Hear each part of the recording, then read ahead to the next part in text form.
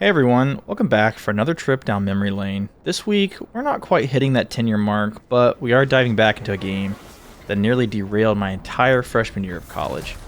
We're talking about Middle-earth: Shadow of War, a title that offered such incredible depth and improvements over its predecessor that it almost achieved gaming perfection. But what's ultimately holding it back? Well, that one word is greed.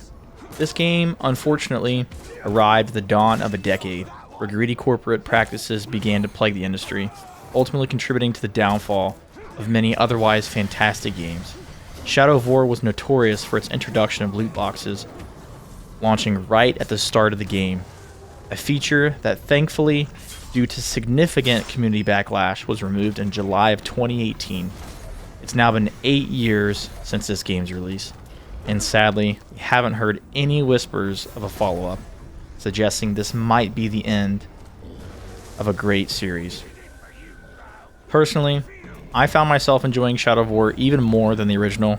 The sequel built upon the foundation in meaningful ways, offering a significantly deeper and more engaging experience for us, the player. Let's discuss the strengths of the game, okay? One of the most captivating aspects of Shadow of War was undoubtedly the nemesis system. This innovative feature gave orcs unique personalities, leading to the organic development of vendettas and rivalries that evolved dynamically as you played. The combat system was both fluid and satisfyingly brutal. It offered a wide array of combat abilities and skills to master, and I have to admit, animations were particularly gratifying. This game delivered one of the most compelling open-world experiences. Traversing the expansive map and revisiting its diverse locations really highlights just how modern developers have become less ambitious in their world design. For me, this era felt like true peak in open-world gaming. Being set within the Lord of the Rings universe, I think this just makes this game go over the top. The story was inherently intriguing, as anything would be in the Lord of the Rings universe. The narrative focusing on the main character and the unique orcs you encounter, featuring some genuinely interesting twists in character development. But let's be real, all of that pales in comparison to the groundbreaking fortress sieges. These large-scale battles offered a layer of strategic gameplay I have only dreamed of experiencing since I was a kid. The ability to plan and execute your own sieges, as well as defend your fortress from enemy attacks, was truly remarkable. And keep in mind, I experienced this all on a 60Hz 1080p monitor. Alright, let's address the elephant in the room, which of course was the loot box controversy. Like many others, I found this feature incredibly frustrating because it negatively impacted the nemesis system and it introduced a pay-to-win element into a game that already carried a full retail price. Now, while I did encounter some challenges and some minor bugs during my initial playthrough, I don't really hold this against the developers, as I'm sure between tweaking settings and just overall optimization as the game was initially released, I'm sure it was plenty better in due time. But as I was playing this game every single day after class, I can say without a doubt that I put way too many hours into this. But on that note, it did feel like the core gameplay loop was heavily tied to the narrative, leaving the post-game experience more like repetitive side content. So, despite these weaknesses, I still really enjoyed completing the main story and continued to play for a pretty significant amount of time, as I did have about 1,000 hours in the game when it first released, which is about the first 3 months of the game.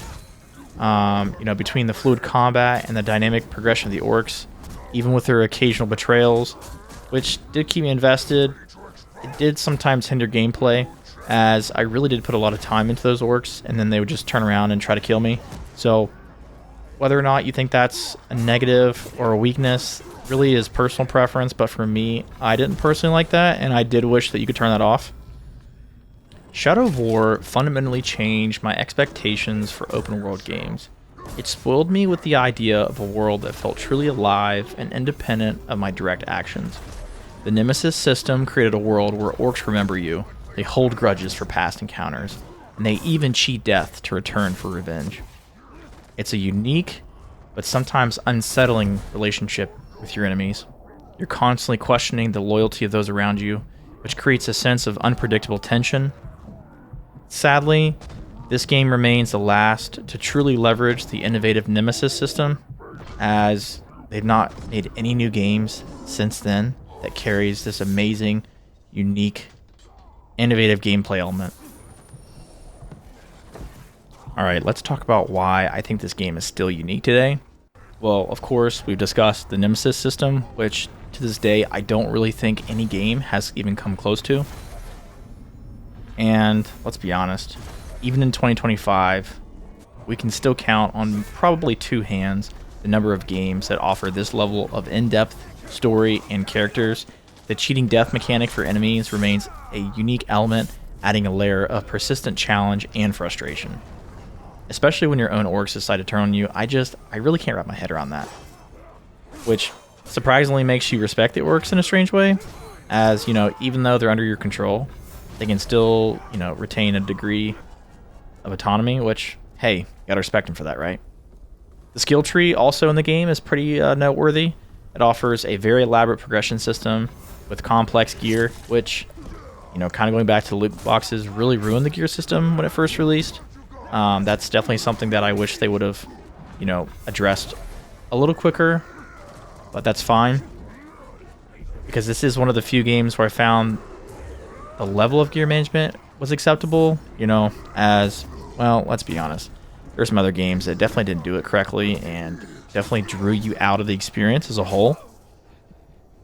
So, with that said, Shadow of War has given us a benchmark for better enemy protagonists in gaming in general, which I think in itself just goes to show you how much time they spent on the enemies. The game world itself definitely felt dynamic and reactive, because your choices, they had tangible consequences, which impacted both your allies and your enemies. This creates a sense of a living, breathing world, which makes you consider your actions carefully, such as avoiding the death of certain leaders who might provide strategic value later on. Ultimately, Shadow of War offers the player a significant sense of control within a dynamic and unpredictable world. Alright guys, let's talk about my personal experience. This game couldn't have come at a better time. Gaming felt a bit stagnant, and I wasn't finding much that truly grabbed my attention. This game perfectly filled two distinct niches for me. One is open world, of course, and real-time strategy. While not traditional, the sieges allowed you to command your recruited orcs in large-scale battles, which, by the way, is a lot of fun. So, as a freshman in college, Shadow of War became my go-to escape from the pressures of class. It was my weekday and my weekend sanctuary. However, that escape eventually morphed into a serious distraction, and I had to make the drastic decision to send my computer home to salvage my failing grades. And yes, I'm serious. It almost made me drop out of school. It was that good. But don't worry, I didn't send it home without clocking in a measly 1,000 hours. And I think I did this within maybe 2 months, which is crazy. I practically lived in this open world. It wasn't just captivating. It ticked every box for the kind of game I was desperately craving. If there's one feature I wish I could have toggled off, it was the betrayal of the orcs that you recruit, especially before the loot boxes were removed. I vividly remember one of those powerful free orcs turning on me right after I recruited them. That was enough to make me want to tear my hair out. Okay guys, with that said, let's give you my final thoughts and my rating. When it comes to Shadow of War, this game forever holds a place in my heart as one of the top open world games of all time.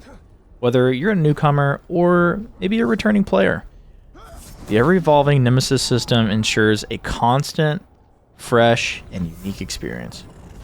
Imagine losing that incredibly powerful orc you relied on as your right hand, which could be frustrating. But guess what? The game offers enough variety that you're bound to find another, potentially even better replacement. The story is genuinely excellent. I'd personally give it a 9 out of 10 on its own. Combine that with the epic fortress sieges, the fluid combat, and a genuinely engaging skill tree. Oh boy, do I love a good skill tree. And you have a game that comes incredibly close to perfection. So, with that said, I'm comfortable giving a 9.5 out of 10.